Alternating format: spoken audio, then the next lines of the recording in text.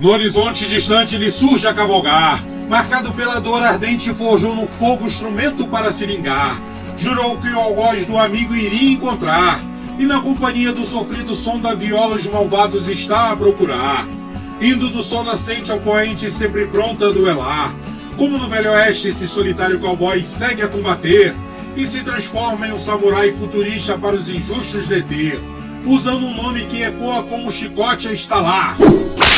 Pois ele chegou para resolver veloz e brilhante aqueles que clamam por justiça o chamam de herói errante.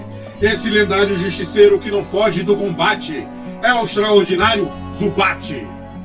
Fala nerds, eu sou o Tio Shazam e nesse vídeo vamos conhecer o grande Zubat, mais um personagem tokusatsu criado pelo mestre Shotaro Shinomori, que revolucionou nessa série ao misturar o clima do Velho Oeste na terra do samurai com um herói que se vestia com uma armadura futurista.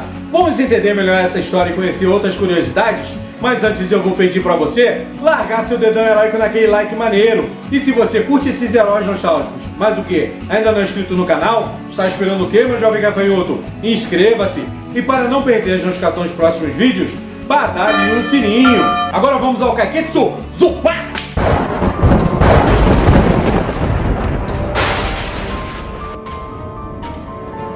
O lendário mangaka Shotaro Shinomori, gênio criador de personagens icônicos, entre eles Kikaider, os Kamen Riders, os primeiríssimos Super Sentais Goranger e Jakar, entre outras obras, também revolucionou criando essa série que fugiria dos padrões da época, com uma atmosfera única, que combinava o estilo Velho Oeste com alta tecnologia futurista, e nesse ambiente surgiria Kaiketsu Zubato. Nome este que tem o intuito de transmitir a ideia de superioridade que ele possui sobre os adversários, pois Kaiketsu pode ser traduzido como grande ou extraordinário, destacando sua grandeza e habilidades excepcionais de herói.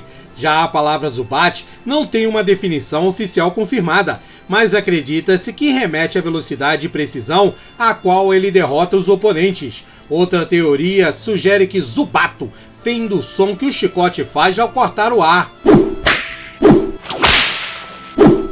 E para interpretar esse fantástico herói foi escolhido ninguém menos que Hiroshi Miyauchi, um ator que aparenta ser o queridinho da Toei ou do mestre Shinomori, já que ao longo da carreira foi escalado para diversos papéis icônicos criados por eles, dentre os quais já foi Shiro Kazami, o lendário Kamen Rider em V3, também esteve presente nos dois primeiros Super Sentais. Em Goranger ele interpretou Akira Shimei, o All Ranger, só que antes de ter sido Sokuchibamba, um misterioso Big One do Esquadrão Jakar, ele vestiu o manto de Zubat, que estreava nas telinhas nippônicas em 2 de fevereiro de 1977, permanecendo no ar até 28 de setembro do mesmo ano. Apesar de contar com apenas 32 episódios, quantidade relativamente baixa se comparado com a média das demais séries da época, porém como foi muito bem recebido pelo público, se tornou um clássico cult do tokusatsu. Muito desse sucesso se deve ao carisma desse ator e à marcante jornada do personagem por vingança e justiça, já que ele foi o detetive particular Ken Hayakawa,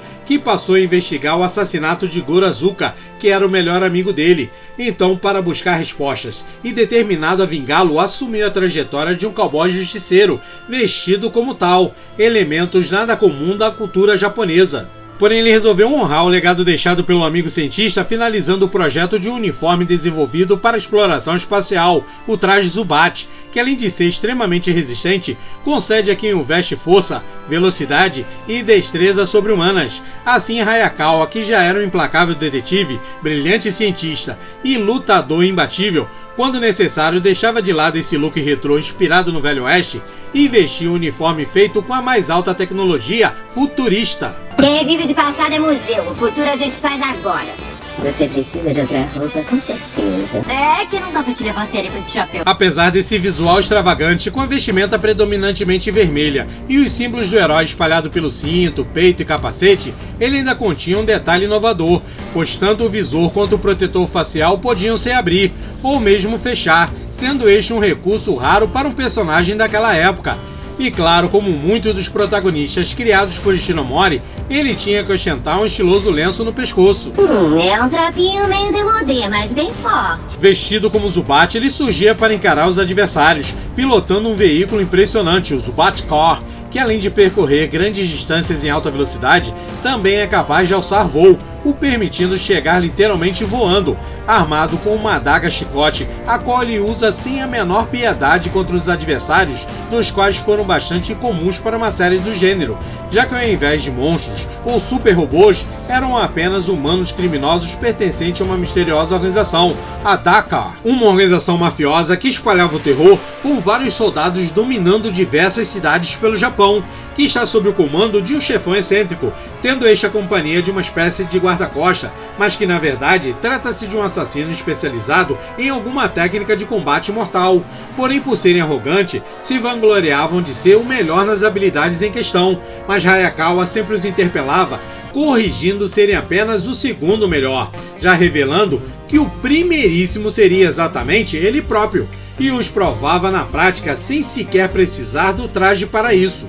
A história da série acabava repetindo a mesma fórmula a cada episódio, onde o Cavaleiro Solitário chegava a uma cidade do Japão dominada por esse grupo maligno. Muitos desses locais lembram até os cenários do Velho Oeste, que são afastados e sem lei. Assim, Hayakawa tinha que usar seus dons de detetive para expor os planos dos criminosos, enquanto buscava pelo assassino do melhor amigo. O curioso era que em quase todos os episódios, alguém acabava sendo capturado e amarrado, inclusive o próprio herói. Mesmo assim, ele sempre tinha recursos para salvar os reféns ou escapar de uma forma impressionante, dando até a impressão de que ele tinha se deixado ser pego de propósito, fazendo parte da estratégia dele. Jeito de estratégia, em grego, estratégia. Tudo isso sem estar usando o traje Zubat, já que ao vesti-lo tinha que rapidamente derrotar os oponentes. Mas antes disso, ele sempre gostava de se apresentar com a icônica frase: Zubat Sanjou, Zubat Kaiketsu. Oyonde Sasarai no Hero, Kaiketsu Zubat! Apesar de todo o incrível poder que o traje tem, possui um ponto fraco, um pequeno defeito de fábrica, já que o tempo de uso era limitado a no máximo 5 minutos. Se ultrapassasse esse limite, atingiria temperaturas absurdas e explodiria. Por esse motivo que ele precisava acabar com os inimigos rapidamente. Isso até me faz lembrar um grupo de heróis pertencente a uma família do Tokusatsu, que também precisava vencer os adversários em um tempo limitado. Antes de derrotar o chefão da vez, Zubat sempre o interrogava no intuito de saber se foi este o responsável pelo assassinato de Goro. Porém, como a resposta era sempre negativa, colocava um fim no confronto, deixando um cartão especial sobre o inimigo vencido, o qual revelava os crimes que o mesmo havia cometido. Uma curiosidade sobre o traje Zubat é que ele era guardado dentro da viola. E quando Hayakawa o pegava para vestir, embora nunca fosse mostrado na série, tudo indicava que era de uma forma manual. Eu não acredito no que eu ouvi. Não acredito no que eu ouvi, não pode ser verdade isso que eu escutei agora. No entanto, pela rapidez com que ele surgia pronto para a ação, chega a dar a impressão de que ele vestia o traje com uma velocidade absurda. Não achei que fosse tão rápido. Como se tivesse superpoderes dignos de um velocista escarlate. Flash, o mais rápido do mundo? Essa peculiaridade dele emblematicamente vestir o traje em vez de efetivamente se transformar, teve a classificação dele no gênero em Shihiro questionada. Só que isso pouco importa para os fãs, e contudo ele ainda garantiu um lugar especial entre os heróis do Tokusatsu.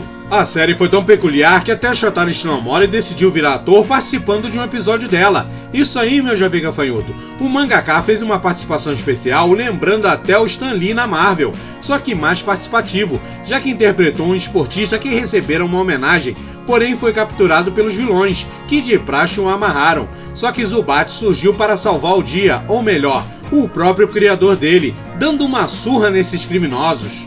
Todos os inimigos de Zubat pertenciam à organização criminosa Dakar, comandados pelo líder L, uma figura enigmática e excêntrica, que no final da série é revelado ser o responsável pela morte de Goro.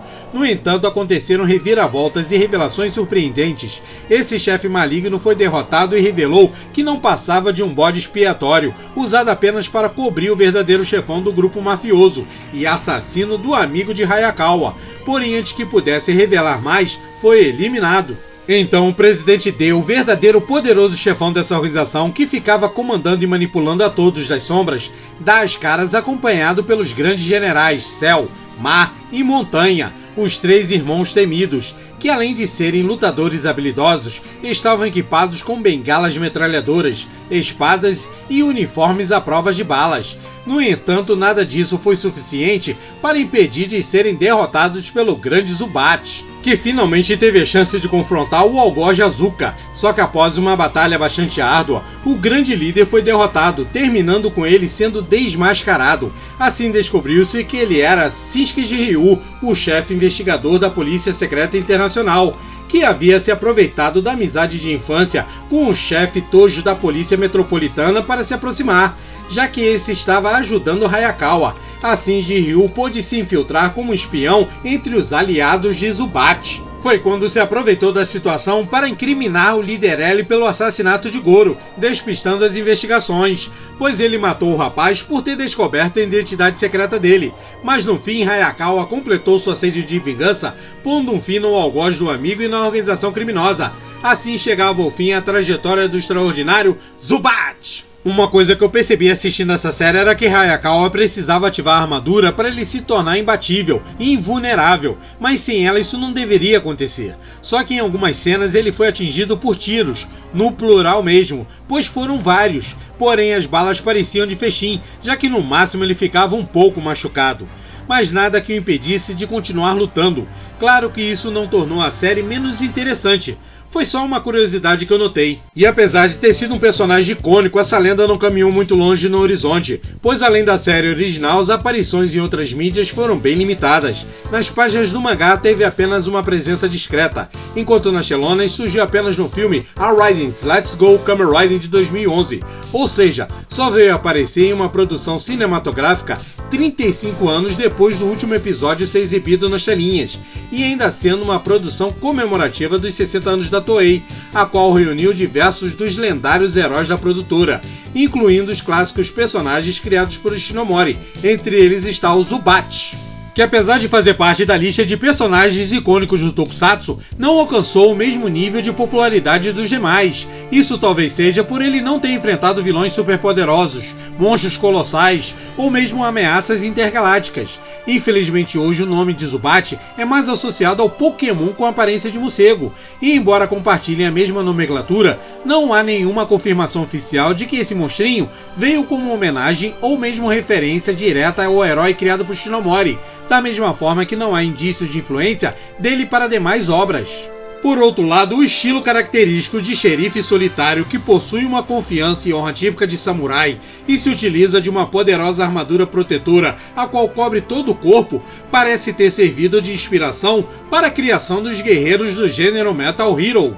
Esta combinação de estilos foi o que o tornou um herói singular dentro do universo Tokusatsu. A criação dele teve claras influências de diferentes estilos de filmes de ação, como os de espionagem, que estavam muito populares na época, além dos de faroeste japonês e, óbvio, os clássicos do velho oeste hollywoodiano.